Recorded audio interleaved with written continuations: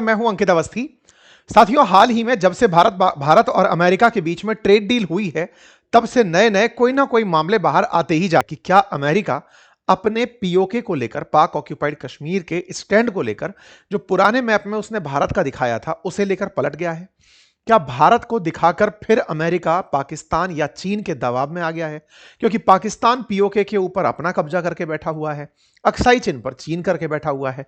तो ये दोनों ने अमेरिका को ये तो नहीं कहा कि आपने ये मैप कैसे जारी कर दिया थी। इन सारी चीजों पर आज के सेशन में जिक्र है, क्योंकि अल्टीमेटली जिस मैप का सबसे ज्यादा जिक्र है, वो मैप अमेरिका की तरफ से जब आया तो उससे समस्त भारतीयों को सोशल मीडिया पर एक बड़ा माहौल बन गया था इस बात का कि यूनाइटेड स्टेट्स का जो ट्रेड ऑफिस है, उसने इस प्रकार का मैप जारी किया है। सोशल मीडिया पर तमाम प्रकार के ट्विटर हैंडल्स एक्टिव हो गए कि देखो, इंडिया का जो ऑफिशियल मैप है आज वो अमेरिका भी मान रहा है। तमाम प्रकार के सोशल मीडिया पर इस प्रकार के ट्वीट्स रहे, जहां पर लोगों ने इस बात पर फोकस किया, अमेरिका ने यह मैप जारी किया था यह बताने के लिए कि भारत में हम कौन सा सामान बेच पाएंगे, वो ये बता रहे थे। लेकिन लोगों का ध्यान गया पाकिस्तान ऑक्यूपाइड कश्मीर और वो क्षेत्र अक्साई चिन जो कि चाइना के कंट्रोल में है। जब ये खबर बहुत ज्यादा सर्कुलेट होने लगी, हेडलाइंस बनने लगी, तो अब इसी चीज को तलाशना शुरू दोबारा से किया गया। 7 तारीख के बाद से इसी हैंडल पर जाकर जब इसे दोबारा तलाशा गया, तो यहां पर कुछ भी ऐसा देखने को नहीं मिला। मतलब ये पोस्ट जो जहां 7 तारीख को डली थी, अब वो पोस्ट यहां से गायब है।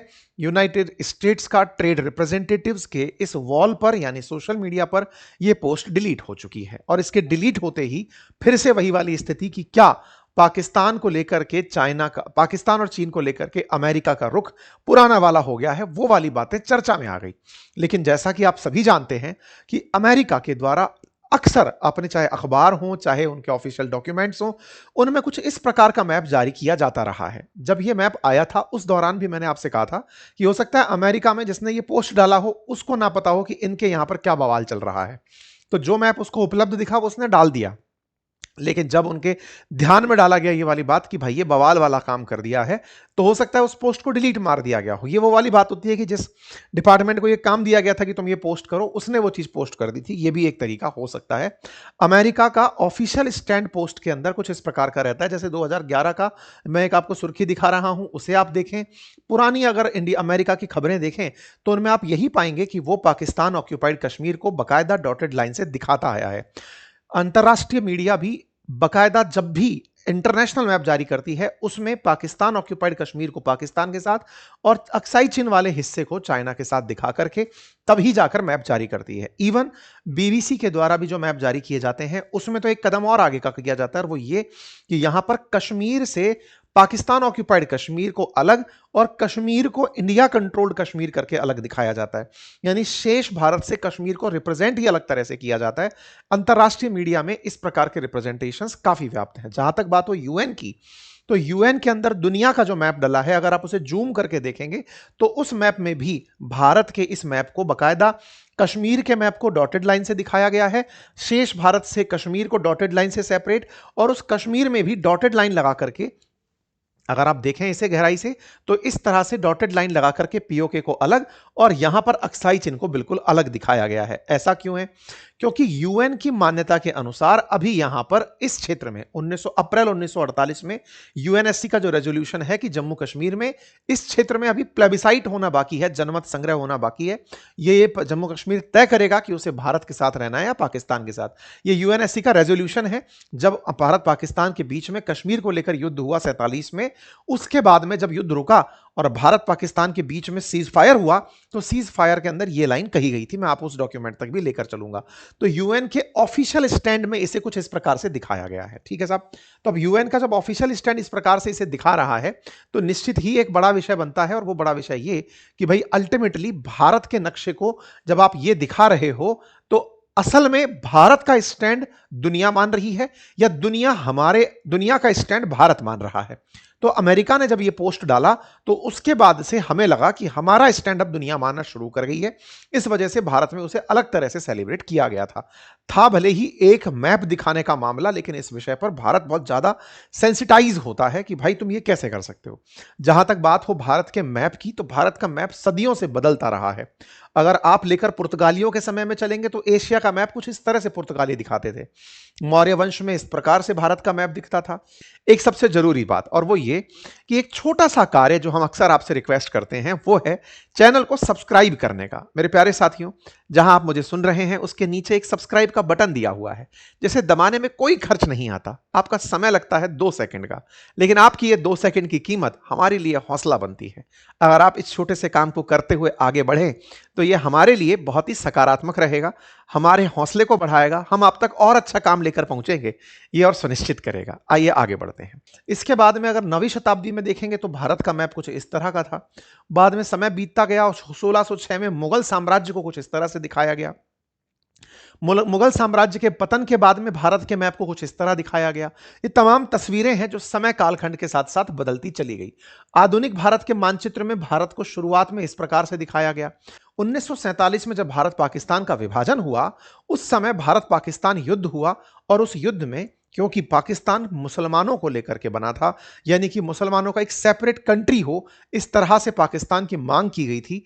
सेपरेट पाकिस्तान जब हुआ उस समय पर पाकिस्तान ने यह देखा कि कश्मीर एक मुस्लिम बहुल प्रांत है, वहां का राजा हिंदू है, तो मुस्लिमों की बहुतायत के चलते वहां का सत्ता परिवर्तन करके क्यों ना कश्मीर को पाकिस्तान में मिला लिया जाए। लेकिन वहां के राजा हरि सिंह ने भारत के साथ इंस्ट्रूमेंट ऑफ एक्सेशन यानी कि विलय पत्र पर हस्ताक्षर किए।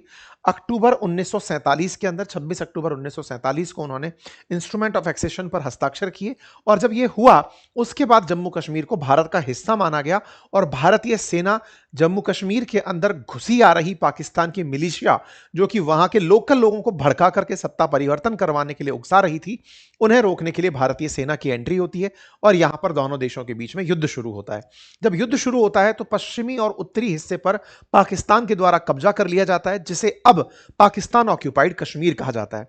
यह मामला 1949 में यूएन पहुंचता है और वहां पर इस पर युद्ध विराम और सीज फायर लाइन की घोषणा होती है, आज जिसे आप लाइन ऑफ कंट्रोल कहते हैं। ये यूनाइटेड नेशन के डॉक्यूमेंट हैं। United nation security council report में जब आप पढ़ेंगे तो आपको 21 अप्रैल 1948 का ये स्टैंड मिलेगा, जिसमें ये रेजोल्यूशन लिखा गया है। This resolution enlarged the membership of UNCIP and recommended measures that would bring about a cessation of fighting and create the proper condition for a free and impartial plebiscite, plebiscite बोले तो जनमत संग्रह, to decide whether the state of Jammu Kashmir would accede to India और पाकिस्तान, कि वो भारत के साथ जाएगा या पाकिस्तान के साथ जाएगा। यहां पर जनमत संग्रह कराया जाए। आपके दिमाग में हमेशा ये बहुत बार पूछा गया प्रश्न है कि अब तक फिर जनमत संग्रह हुआ क्यों नहीं। इसके पीछे का रीजन है कि ये उस वाले जम्मू कश्मीर की बात थी जिस पर किसी का कब्जा ना हो। जब इसका पश्चिमी और उत्तरी किनारा, पश्चिमी और दक्षिणी उत्तरी किनारा पाकिस्तान ऑक्यूपाइड कश्मीर बन चुका है, पाकिस्तान द्वारा कब्जाया जा चुका है, तो जब वो हटेगा तब जाकर जनमत संग्रह हो पाएगा।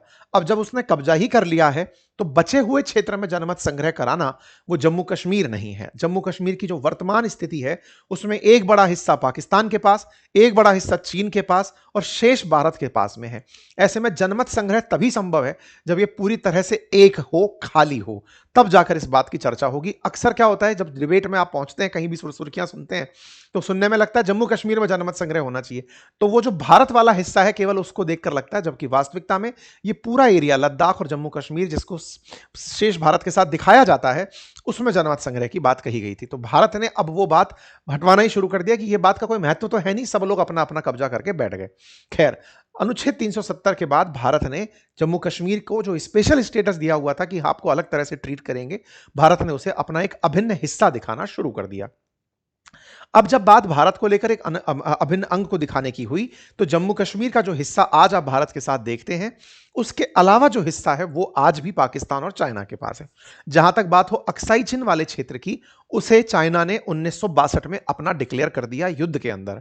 हो क्या रहा था कि अगर आप मैप को ध्यान से देखें तो इस वाले क्षेत्र को चाइना के मतलब भारत में अगर आप जम्मू कश्मीर के उत्तर में चलेंगे तो ये क्षेत्र जो है वो शक्सगाम रीजन कहलाता है और जिंजियांग रीजन कहलाता है और ये शक्सगाम है, ये जिंजियांग है और इधर तिब्बत है।